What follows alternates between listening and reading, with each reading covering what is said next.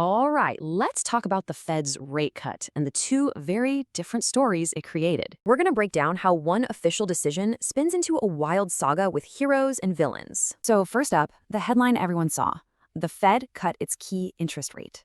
Simple enough. The new official range is now between 3.5 and 3.75%. Case closed, right? Not so fast. The real story, the first twist, was hidden right in the vote count. And here's what's so interesting. It wasn't a clean sweep. It was a 9-3 vote. See, a unanimous vote screams strength, but a split vote? That signals serious internal debate. So you have to wonder, what do those three dissenters see?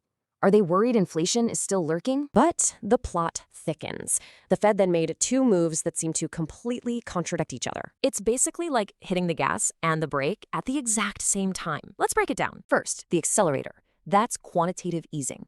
Think of it as the Fed pumping money into the system. And then there's the brake, the dot plot. It's a peek at where Fed members think rates are heading. And that peak is super cautious. It's signaling maybe just one more cut for all of 2026. So the Fed's official story is this.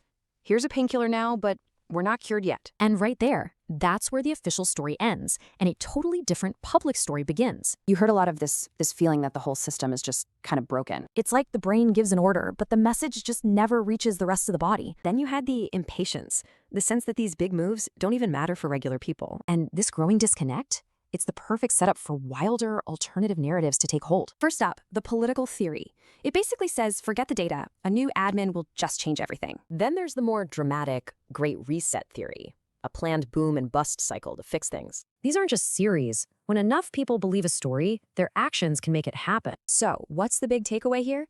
It's that the Fed's statement is just the first sentence. The real story, the one that moves markets, is the one we all collectively decide to believe. Which leaves us with this final thought. Whichever story wins out, it won't just predict the future, it'll create it.